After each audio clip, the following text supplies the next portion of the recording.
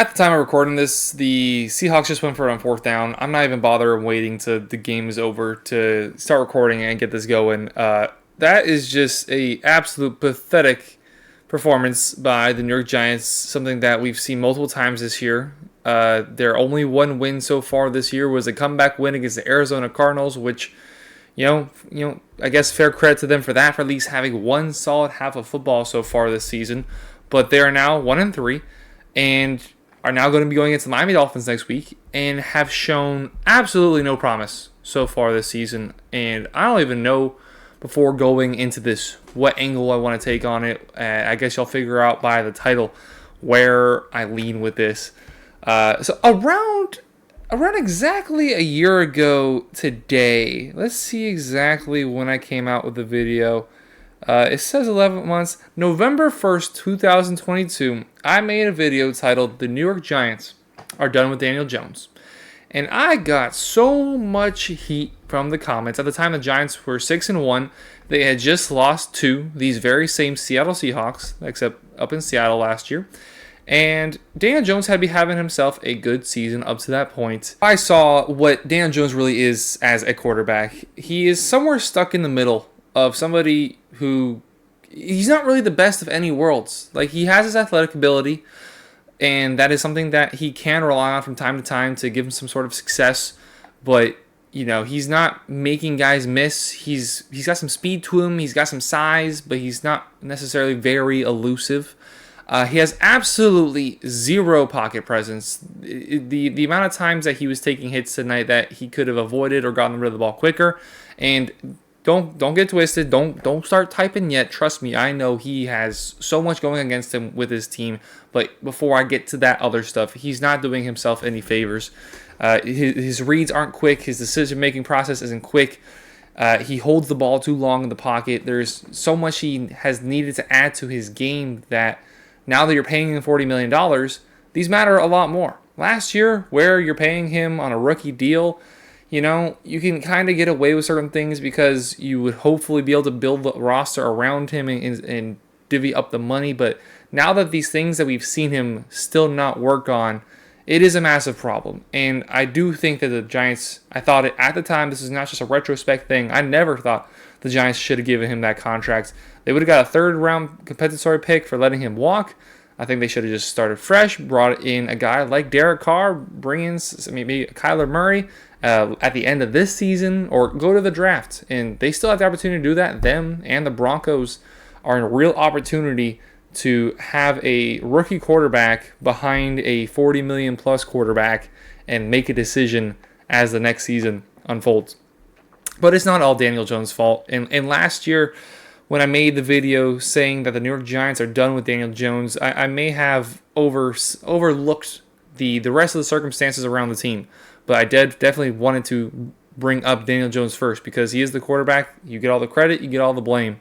And there's so many things that he can work on his game that has not elevated and has not gotten better in a long time. We saw the best out of him with Brian Daboll last year, but it's completely regressed back to pre-Brian Daboll days. But it is not just Daniel Jones on this team. This offensive line, which, again, last year showed so much promise, they are without Andrew Thomas, and that obviously is a massive impact. But 10 sacks, again, at the time of recording this, we'll see what else happens by the time I've gone back and looked at the score.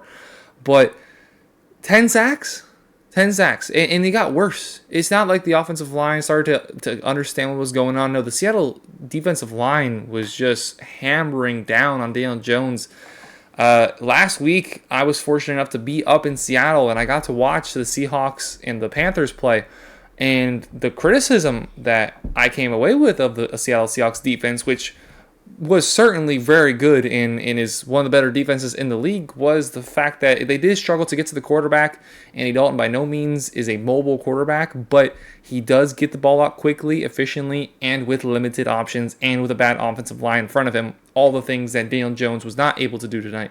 The Seattle Seahawks defense struggled to get pressure on him, did not get a lot of contact on him, and today, 10 sacks, blowing up rushes in the backfield. Matt Breida, I believe, only had a little under 30 yards rushing. They were getting to the quarterback at ease, and so the offensive line is clearly a work in progress.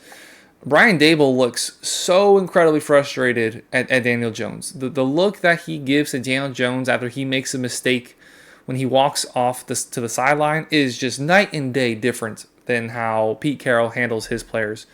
And Pete Carroll, another guy I was very, very vocal about last year. My two highest viewed videos was an apology video about Pete Carroll and was a video saying how Daniel Jones is done as the Giants quarterback. And I feel very good about both of those takes today. Apologizing about Pete Carroll because I used to have a very bad opinion about Pete Carroll, but he's really proven me wrong, and I really love what I see from Pete Carroll. But he's so encouraging, and he has reasons to be encouraging, and Dable has reasons to be discouraged. So I understand why they are the way the both of them are. But the Giants are just such a mess. The defense, and also, I was looking at their salary caps, looking at their cap space, and they have $4 million available. Who is taking up this money? So Leonard Williams is getting a big chunk of it. He's the highest paid player on the roster. Daniel Jones is getting a big chunk of it. Saquon Barkley with the franchise tag is getting a lot of money.